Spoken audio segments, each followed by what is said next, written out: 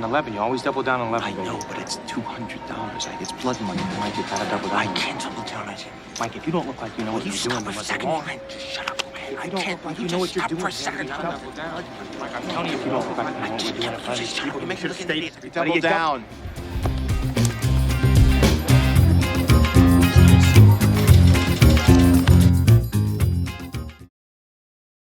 I'm going to introduce my co-moderator first, Isaac Wheeler, Managing Director from Derivative Path. Isaac, maybe tell them a little bit about yourself, and then we'll introduce Scott and Brian.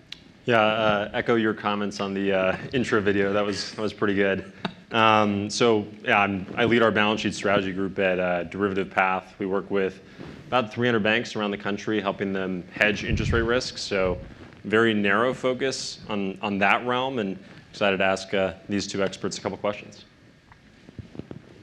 Great. Good afternoon. I'm Scott Hildenbrand. I'm responsible for our depository practice within the fixed income land and world. And so anything and everything boring and analytical that comes to our firm typically comes through my group, and spend a lot of time working with financial institutions all around balance sheet, capital raising, M&A, all of those topics. Great. Brian? I'm Brian Leibfried, Head of Insights at Performance Trust. I basically spend all of my time thinking about how do we apply our way of thinking about depositories, our way of thinking about making capital allocation decisions to what's the most appropriate and best way to be thinking about the next decision that you and as an individual bank needs to be making. And then in addition to that, I think a lot about what's going on with the industry. Great. So I wanted to start, I'll take the first set of questions here. Obviously for all three of you, it's probably been a fairly interesting 18 months from a professional career standpoint. Almost a decade and a half of zero rates to, 550 basis points of increase. I'd love if each of you actually, and maybe we'll start with Isaac, work our way down, and I have a follow-up question for each of you, but would just spend a brief minute just talking about, it sounds basic, but I'd love to hear how your day-to-day has kind of morphed over that period of time. Like what a day in the life of Isaac, Scott, and Brian looked like in December of 2022 versus today. Yeah, it's definitely been a very interesting couple of years. And I guess I start with, pre-banking crisis. I think that, again, I'm coming from the perspective very specifically of derivatives and hedging. I think pre-banking crisis, hedging was this, very strategic decision. It was something that a lot of our clients did, I want to say like once a year, and it was a huge process to get institutions over the finish line on a hedging strategy. And this is something that Scott and Brian, I think, can speak to as well. I think post-banking crisis, we're seeing clients hedge more frequently, which is a great thing. I think that if you're hedging assets and liabilities as they're coming out of the balance sheet, you're really taking market timing out of the equation. That is the time fundamentally to hedge, and so I think seeing that increase in hedging frequency has been a great thing. So I think some improvements there. Something that remains the same though, for better or for worse, is that carry, or kind of the day one income statement impact of a hedging strategy, continues to be, I think, a really big determinant of the flows that we see. So right now that means that a lot of institutions are hedging against rising rates. I think fundamentally that's because we have a lot of clients that are exposed in that way, but they're also doing it because it's a strategy that is extremely accretive to income. And what are they not doing? Well, they're not doing the strategies that protect them against lower rates, which might see their earnings get compressed a little bit in the short term. So I think we've made some really big improvements. I think the industry has matured and improved a lot in terms of hedging practices. Are we all the way there yet? No, because I think that fundamentally some of the best hedging strategies out there, the ones that institutions should be executing today, might be those that cost them something in the way of day one earnings. So improvements, yes. Are we all the way there yet? Not necessarily. Yeah, interesting. Scott, how about you? Great. Well, let's see. I've been doing this 24 years, and it took about 23 years till my family and friends knew what I did for a living. So I think we could start with that based on what happened in March of 23. But I think, a couple things. I'm still on an airplane every day, so my life hasn't changed. But predominantly spending a lot of my time thinking about and realizing that our industry does not have a how problem. We know how to address interest rate risk. We have a when problem. We struggle in this industry with when, creating the right triggers to determine when to put the right hedging strategy, when to do something on balance sheet or off balance sheet from a strategic perspective. And so I think what most banks that I'm working with are actually doing right now is they're reacquiring themselves. right? You think about, everybody always tells me M&A has been down for years. I think it's on fire. Everybody's reacquiring themselves. You think about what happened in 20. The Fed borrowed every bank's balance sheet, airdropped an enormous amount in, and then told you it was transitory, ripped it out 2.5 years later, and then told you to fix your margin, right? Everybody's kind of looking like, well, wait a minute, hold on a second. So my deposit side flipped on me at the wrong time. So I think what we're really thinking about is looking hard at reacquiring ourselves, who we want to look like into 25, hopefully when earnings multiples and other components will look a little bit better. And so really just spending a lot of time from that perspective, Mike. Great. Brian? Yeah, so post-2022, I mean, it's really when I think people started to wake up to the realities of what had happened to their balance sheet between 2021 and 2022, the December of 2022, which actually dates all the way back to 1933. So as many people know, the Banking Act was created in 1933 and essentially created FDIC insurance. When that happened, our business became a safer and productive transformation business. We take stuff due in minutes, those deposits that got dropped on your balance sheet, turn it into stuff due in years if we want to make money. And oftentimes we inject credit and liquidity risk into that equation as well. And so if you think about what happened across the period of all those decades, is we went through a really quiet period of that not mattering until the 1980s. And then in the 1980s, we had an event where all of a sudden the way we regulated interest rate risk broke. And it broke so badly that tons of institutions that were supposedly fine were not fine anymore. And then you turn to the 1990s, and what did we do? We created a new way to regulate interest rate risk, respecting the fact that banks had tons of things with no maturities that couldn't be regulated as if they had no maturities if we want to have a banking system. So what happened? We built NII and Eve models in order to regulate the realities of running a balance sheet that's a transformation business. And for the better part of the early 90s, all the way up until 2022, it didn't matter.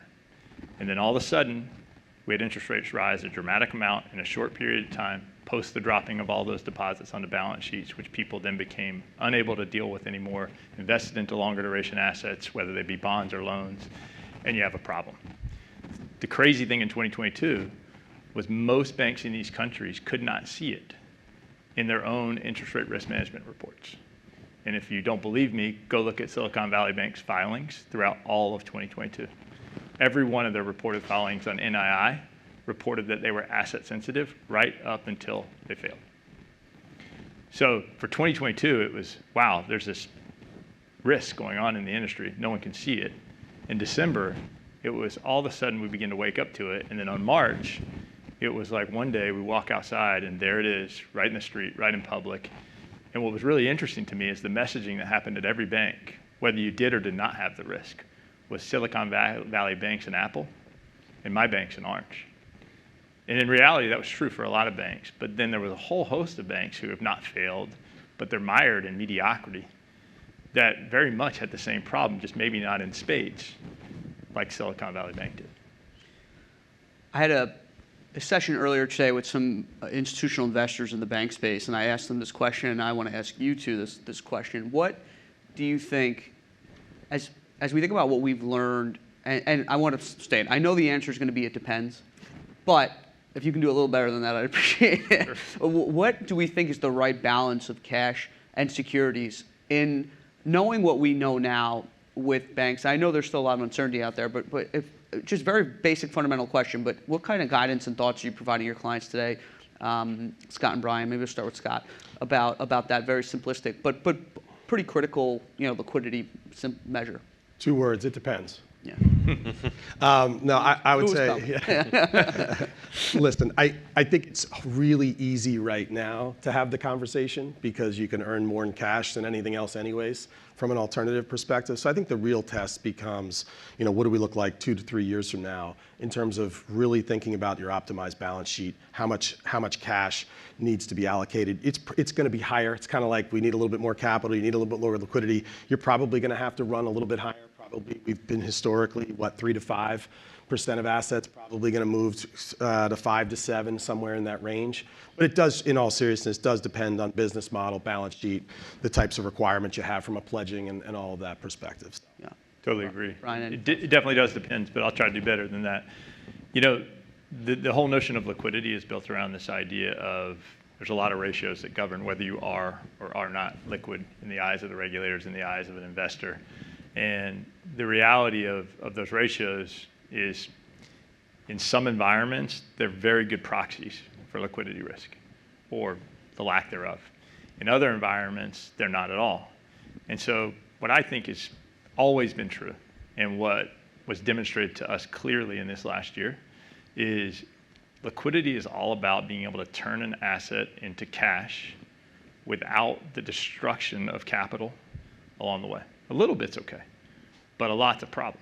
That's why you see ratios like net non-core exclude lending in all shapes and sizes from anything that could be liquid, because while it may be okay to sell it, I'm going to destroy capital if I go to do it quickly. So I think we learned that lesson, that liquidity, functionally anyway, to be a going concern, requires being able to turn things into something quickly. So what Isaac does every day is really, I think, something that our industry should be asked to adopt by regulation, which is, if you're going to own duration in the securities book, and that duration is going to have spread above the treasury curve, you need to be thinking more logically about, okay, do I want to own a 15% return, right, on the asset I own, or am I safe and comfortable at 8, knowing that liquidity is guaranteed across rate scenarios?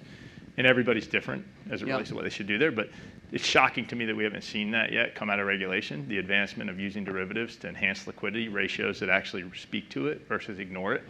So there's a whole bunch of things I think that are happening as a result of 2022 and 2023, but if rates go crashing down to 0, none of them will happen, because no one will actually pay the piper. Yeah. Crises are good sometimes because they instigate change. Yeah. Isaac, you brought up a point before about how banks prepping for lower rates. Mm-hmm. You mind expanding on that with Scott and Brian a little bit? Yeah, sure thing. I think that, on our side, 90% plus of what we've done over the last year has been, either swapping securities to floating, so a little bit of what Brian was talking about. Interestingly, though, more from a margin standpoint, not with the express purpose of preserving liquidity, which I think is, just as important as kind of the earnings hedge concept. And then the other end has also been, terming out funding, so taking short-dated borrowings, terming them out, helping institutions become less liability sensitive. 90% of everything we've done has fallen into that category. Do I think that 90% of our clients are liability sensitive, though, or kind of overall from a balance sheet hedging or balance sheet hedge profile standpoint exposed to higher rates? Not necessarily. And so, I've personally been waiting a long time to start to see when clients might start to shift and prepare for lower rates. Now that the Fed is set to, and the market started to price in, 200 basis points of rate declines, and we've got Fed funds futures, Fed funds forward rates down near 3% at the end of 2025, our phones are ringing off the hook, and banks are asking us if they should start to think about this. A little bit behind the ball, unfortunately. So I guess my question to both of you, and we can start with Scott, is, given that we can no longer protect against that first 200 basis points in rate declines, the market's priced that in, conventional wisdom would say that that's unhedgeable. Should banks still be thinking about preparing for declining rates? And if so, what sort of specifics should they be thinking about over the next 12 months? Yeah, one of the things that I struggle a little bit with is sort of the relative value comment about, you can't hedge anything right now because we missed it. I sort of don't buy into that. I look at things a little bit differently. We've got a balance sheet and a core balance sheet to protect regardless. Would I have rather been earlier at certain times? Absolutely. But I think the bigger question remains right now is the first rate cut might be a nightmare. It might be perception wonderful. Bank stocks will do better. Everybody's going to be, this is awesome. Here comes the M&A wave. All of that's going to be great. My concern is we have one or two, and we kind of just hang here. And I think a lot of folks will struggle with being able to really lower their deposit rates. And so that's more of the struggle I have than the 200 basis point move. Yeah, we're going to be able to get liquidity. We're going to be able to drop our rates. So I think structuring things around protecting that first 25 to 50 and maybe not having to protect further, some form of an options, and we play a little bit in that space, and I could let you cover that better than me. But I'm a firm believer in the fact that, and I think I told Mike this when we spoke earlier, I don't subscribe at all to any bank being asset or liability sensitive, right? We're just sensitive. We're sensitive to changes in interest rates, movements in rates. Your balance sheet moves faster. And if 90 to 95% of our hedging business was in interest rate swaps for the last decade, I think in 5 to 10 years, that's going to be about 50% is going to be options. Because banks are short options all over the place. And now with information and technology flow, I think your customers on both sides are calling you at any moment and calling you and pulling money, that we really need to think differently about how to protect from that perspective. And so I would go with those two areas first. Really stop worrying about being liability sensitive, paying attention to the parts of the curve that drive your spread business. I obsess over yield curve risk. You've probably heard me say once or twice, and I think 80% of spread business is driven off of only 20% of the yield curve. Yet most banks, I walk into the board or Alco and ask them what parts of the curve matter most to you, and I get bizarre looks, right? And so figuring out hedging ideas based on the parts of the curve that matter most, right? We're obviously inverted in the bank curve, where kind of Fed funds to the 5-year area is typically where we spend a lot of time. That's double the inversion we've ever seen. I think normally, historically, we're on average positively sloped about 80 to 85 basis points. We're inverted by what, 150, 175 basis points, if not more. So I'd be thinking about as that curve shifts, it can only happen in two ways. What are the ways that do I have exposure to it? And then we start to address it. Yeah, I think a lot of what you said is spot on. And as you think about, to me, we're here at the Borgata. There's an MGM sports book out there, right? I was walking through, and I can't help it. I'm drawn in there just to see what the point spread is on the game tonight. And I started thinking about the fact that, essentially, if you take what Scott just said, and you ask a banker, hey, before you go to hedge your book, because you're a bookie with a whole bunch of bets, what are your existing book? What's it look like, right? Back in the old days when we were in college, right, there was a bookie with a bet somewhere, and he literally had to find a place to lay it off because everybody at the college wanted to bet on the one school. You had to lay it off. What was your bet? And I think the bookies don't know their existing bets, and they'll turn to their asset liability report and they'll tell them, hey, if rates go down, I lose. Scott might say, well, wait a second, there's nuance to it, and I think that's really critical. If you are running a bank balance sheet, you are a bookie running a book of bets already. And you better know how your bets play. And the simplicity of opening up an ALM report and seeing it say that you lose in rates down on a parallel shift out of a negative 200 curve, that better not be the way you're making an assessment of where do I win, where do I lose, and by how much. And so if I can figure out where I lose and where I win by how much, then all of a sudden I can look across the board and go, gosh, there's times I want to take the points, right? Right now, there's a huge point spread to not hedge rates down. On the opposite side, I may need to lean into that situation because if I'm super exposed, I got to, despite having missed it. So knowing your book of bets to me is crucially important. And unfortunately, the models that we've been using for 25 years don't do a great job of it, even in normal yield curves, much less those with 200 basis points of inversion. I forget who brought it up in our prep call, but I want to talk about capital allocation for a second, because I think one thing that often happens is what just happened. We're halfway through and all we've talked about is cash and securities, but that's actually really a small portion of bank balance sheets, right? There's really the loans, which is probably in the deposits, obviously on the liability side. But Brian, maybe we'll stick with you for a second. Can you talk a bit about, commercial real estate, allocating capital to loans and the duration risk that can come with that? And I think it was you who mentioned to me the scary part about that is like a securities, if you get it wrong, you can still sell it pretty easily, right? And kind of take your lumps and move on.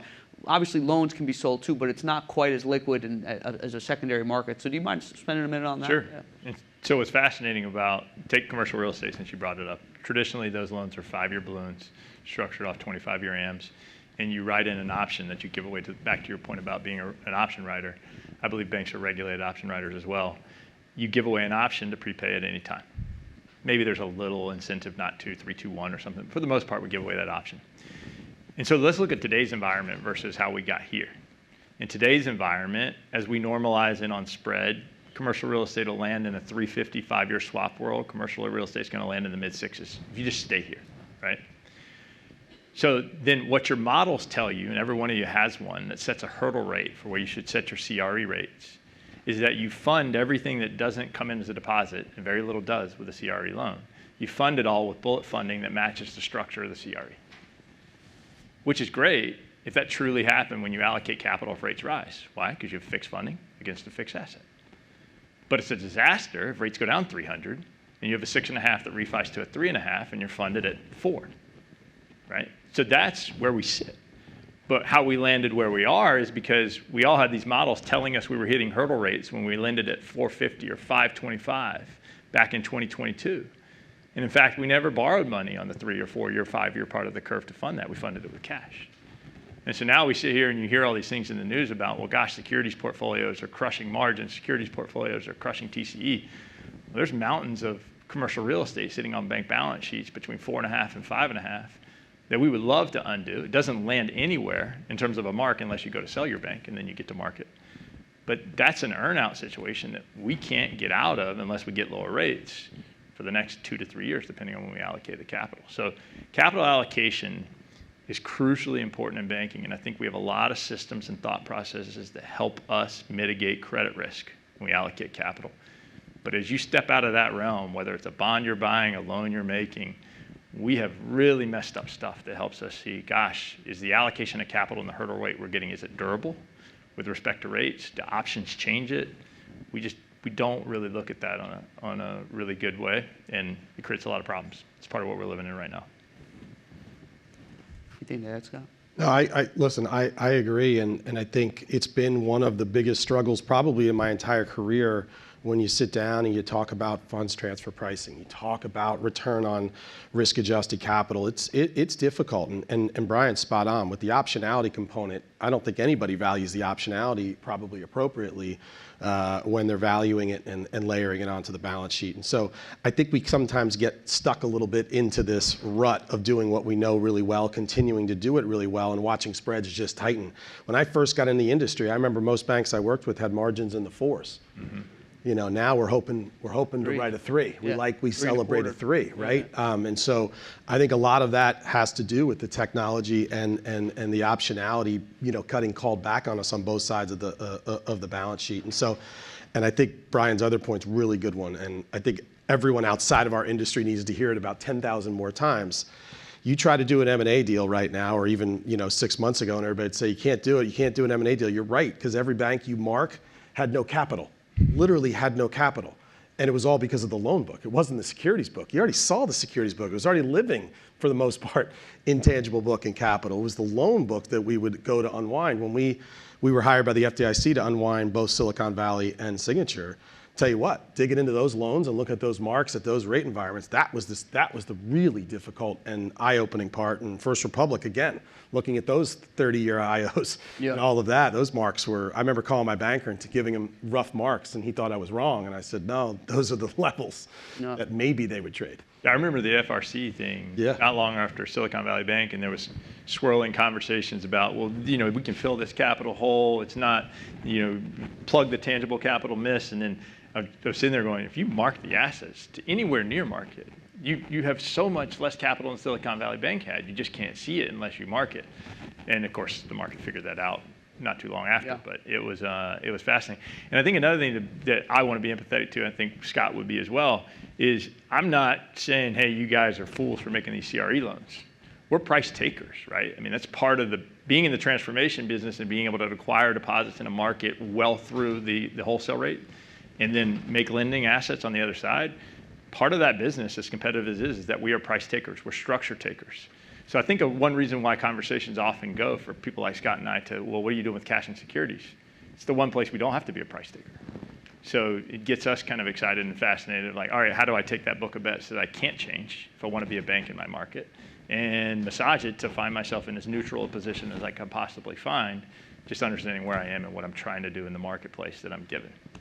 Yeah, no, that makes sense. And, you know, I still kind of shocks me to hear us talk about First Republic, Signature Bank, and Silicon Valley Bank like post-mortem, you know, like just thinking about where we are. It still doesn't sit right. But one more thing I would talk about before we move to the next topic is I think one of the issues I've found in talking with banks at all different layers, up from the board down to the treasurer, is so many rate decisions are made from a siloed perspective. And I'll just kind of open it up for all three of you, but I'm curious if you have any kind of anecdotes or experience within that, and maybe a constructive piece about how we can maybe improve those lines of communication so that rate risk is being thought of more holistically versus just in the individual pieces.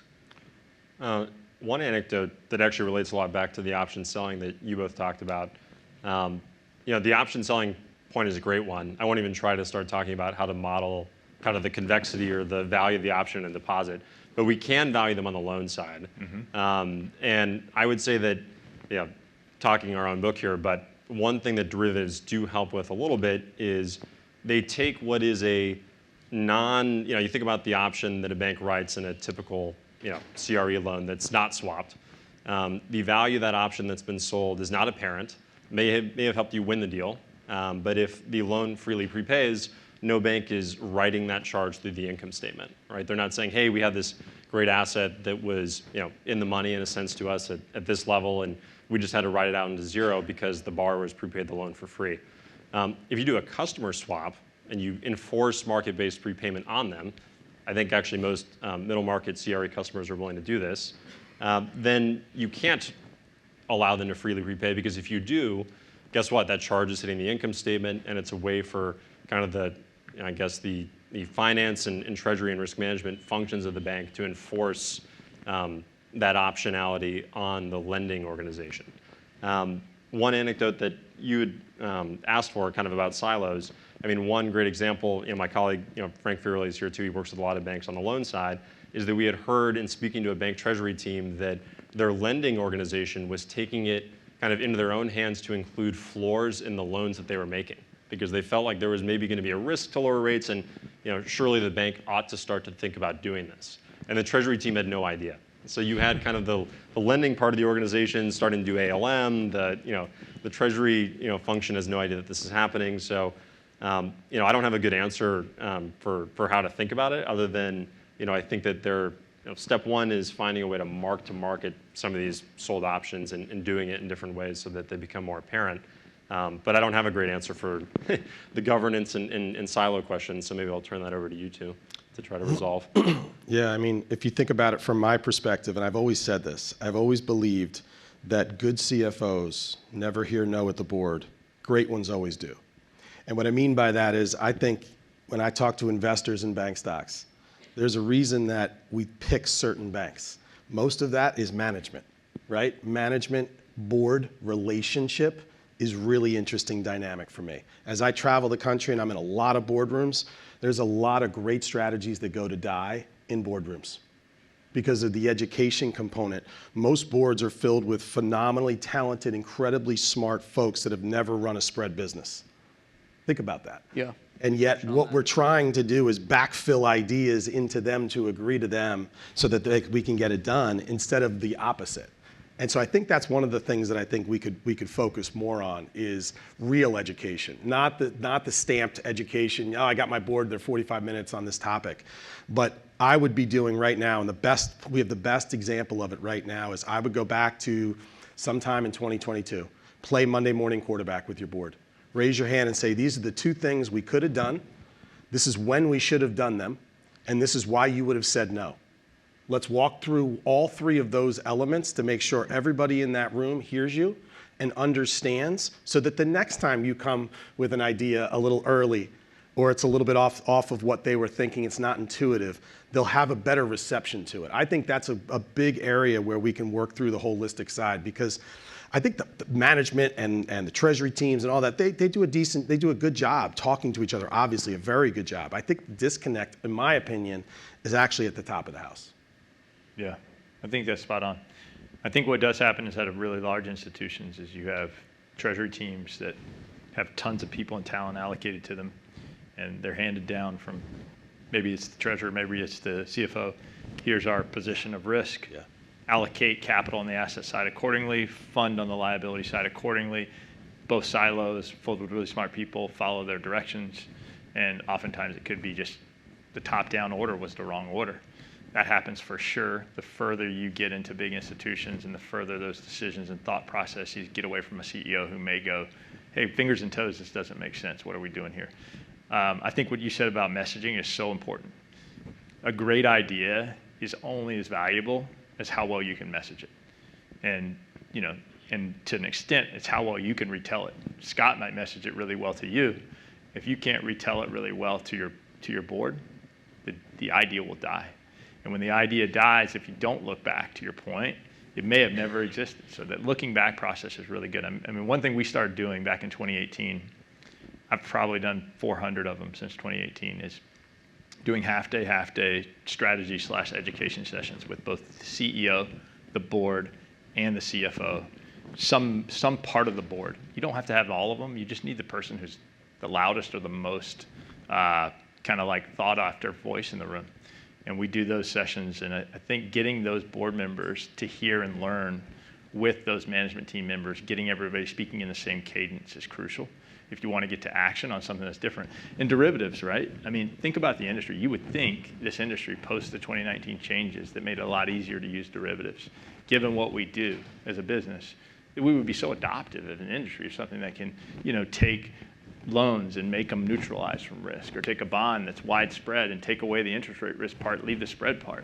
But the boogeyman of that word just literally has a dying committee. And I think we've got to work on that as an industry, as one thing we got to work on if we want to get ourselves in a more safe and sound position. Yeah, just real quick to double on that too. I think it's important to note that the largest banks in the country use derivatives the most. Smallest banks use it the least. You know who relies on their spread business the most? Smallest banks. Think about that, as you think through that. Now, what's fascinating about those largest banks, they oftentimes use those derivatives incorrectly, because the top-down, so they've gotten past the boogeyman derivatives, but then the top-down aspect of the high-level model is giving them the wrong signal, and they're literally walking into battle using the wrong weapon, all by accident in certain cases. That certainly happened in the case of some of those banks that failed in 2023. Largest bank in the country without derivatives in 2023, First Republic. So the other, They had good umbrellas, though. yeah, exactly. Yeah.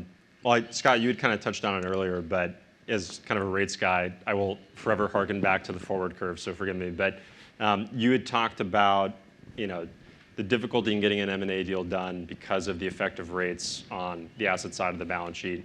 Now that, differing opinions on whether or not banks should be doing anything, to prepare for lower rates. But now that kind of term rates are going lower, short-term rates are possibly going lower, does that open the door for more M&A going forward, do you think? Yeah. I will tell you that our pipeline is heavy.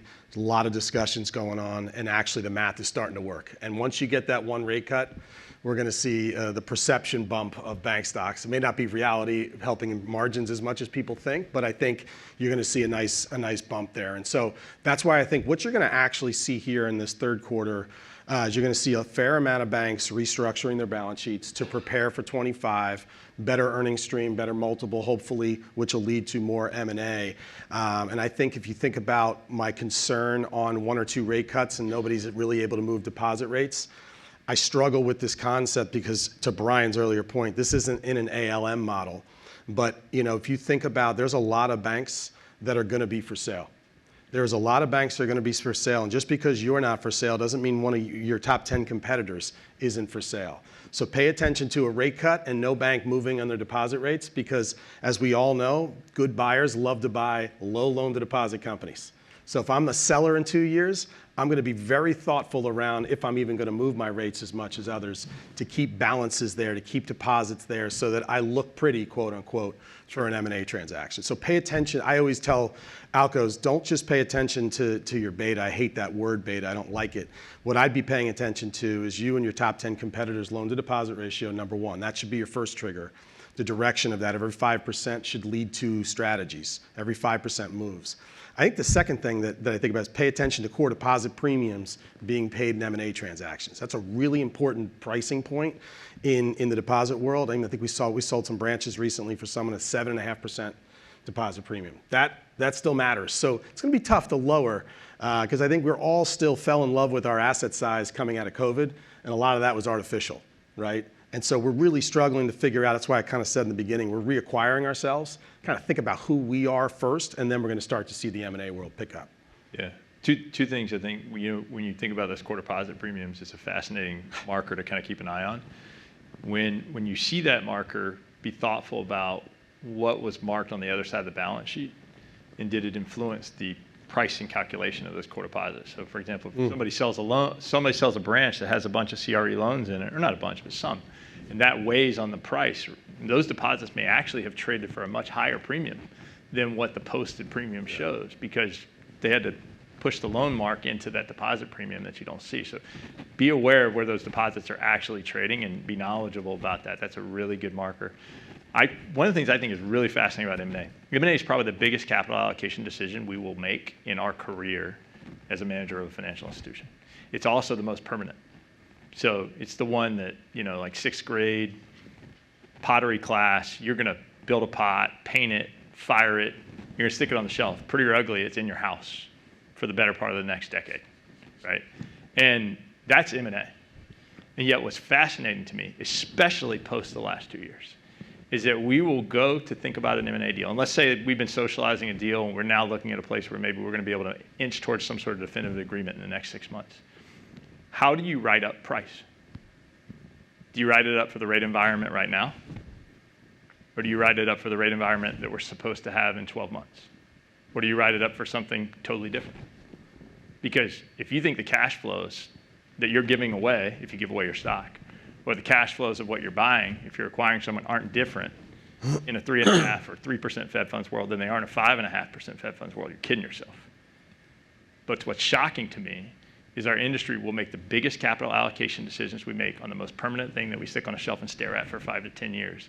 And we'll do it with one scenario of EPS accretion, one scenario of earn back, and one scenario of pro forma tangible book value of both sides. To me, that should be changing if we learned anything from the last 2 years.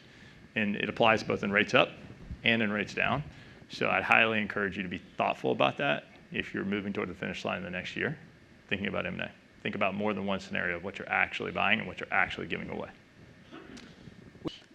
As you talk to your bank clients today, all three of you, we have an election. We have possibly a cut, 25 to 50 maybe before the election, maybe more. We have an uncertain intermediate to long term of the curve. Maybe a better bank valuation environment, but a lot of that will probably depend precipitously on those three things I just laid out. What advice are you, what kind of digestible and tangible advice are you giving your clients today? Understanding each bank position might be different, it might be specific, but just if you had to try to kind of capture your conversations over the last couple months and try and pull out a theme that was prevalent in those, what would you kind of close with? Brian, we'll start with you and then we'll work our way down. It's fascinating. There's really 3 groups of banks right now. So one group is probably 15 to 1,700 banks performing pretty well. And how you think about what you do next if you're them is very different than if you're in this other group of banks, 900 or 800 or so banks that are performing really poorly. And it's funny, the asset size distribution is kind of the same. There's big banks in that group that's performing poorly, as well as small and intermediate size. And then in between is, I would say, people who are just kind of muddling through. They're not earning their cost of capital. I don't know if they will earn their cost of capital in the next 3 to 5 years without a dramatic move in rates. So figuring out who it is you're talking to me, is crucially important to answer that question. I had the same conversation you just ironically brought up. A colleague of mine called me and said, hey, typically, what are you thinking about right now? I was like, well, I really got to answer who I'm talking to. It depends, and I think that's really true in a lot of environments, particularly true right now. So my advice would be, first, know the book of bets you have. Know how the options you've written change your book of bets as interest rates change, if they change fairly dramatically in a short period of time. And then think about yourself and receive advice accordingly. But don't take what a typical bank's doing, so therefore I should do it. There's a lot of danger in that in a lot of cases. Scott? Yeah, I'd say real quick, just to add on, because everything he said, I completely agree. The thing I would probably layer into is, again, kind of going back to this concept of understanding who you are, right? And create that one slide that I always tell everyone to do, to bring to your board, when you think about who you are going to be in the next 5 to 10 years from a deposit perspective, right? I always talk about this, and I dig into this and take it pretty serious. You think about the loyalty versus trust dynamic going on in our industry right now, in the deposit side of the world specifically, right? You think about it. My father's generation, my dad has banked at the same bank for almost 50 years. He's got an enormous amount of loyalty, and he has very little trust. I can't even imagine if trying to pull his cell phone out and trying to remote deposit a $1,000 check. He wants to go to the branch, make sure no one's spying on him in the Wi-Fi, goes in, makes sure, et cetera. My 10-year-old daughter, if you flip it on its head, my 10-year-old daughter, born after the iPhone, has an enormous amount of trust and very little loyalty. Yeah. right? Think about what they've been given growing up. They see everything, they want it over here, they want it over here. Ask your interns, I ask our interns every year, why do you bank where you bank? I get some frightening answers. I used to get two great answers. I used to get, there's a branch on campus, or I bank where my parents bank. Now the answers are, I got a free 1-year subscription to Spotify, and the individual didn't pronounce the bank name right and doesn't even know where it is, right? Think about that. That dynamic alone. So community banking isn't going anywhere, but we got to figure out who our new community is going to be over the next 5 to 10 years. And I think doing a really deep dive and thinking about the direction of what your deposit base will look like is a good way to start. No, that resonates a lot. Isaac, you want to bring us home? Yeah, sure thing. Look, I'll just try to hammer home the option selling point. You cannot possibly get compensated enough for selling some of these prepayment options. They are worth hundreds of basis points as much as your spread on the loan.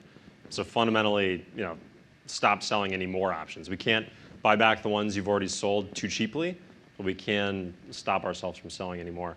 And then I think the second one is, from a hedging standpoint, we're always talking about what do I do with these existing seasoned assets and liabilities on my balance sheet. That's a difficult decision. That involves market timing, trying to guess where rates are going to go. The easiest thing in the world to do is just to be disciplined with the new assets and liabilities I'm bringing onto the balance sheet. Whether it's from a spread basis, whether I'm hedging, whether I'm not, you have to stop the bleeding with at least the changes at the margin, even if you're not fixing the entire thing. Great. Well, thank you guys very much. Really appreciate you joining us. Thank you, because I've met these guys on videos for years, and this is long overdue. I mean, I really enjoyed both our pre-video and then doing this on stage. Glad to bring you guys together. We should do it more often. Yeah, Awesome. thank you. Thank you. Appreciate it. Appreciate everybody. Thank you. Thanks, guys.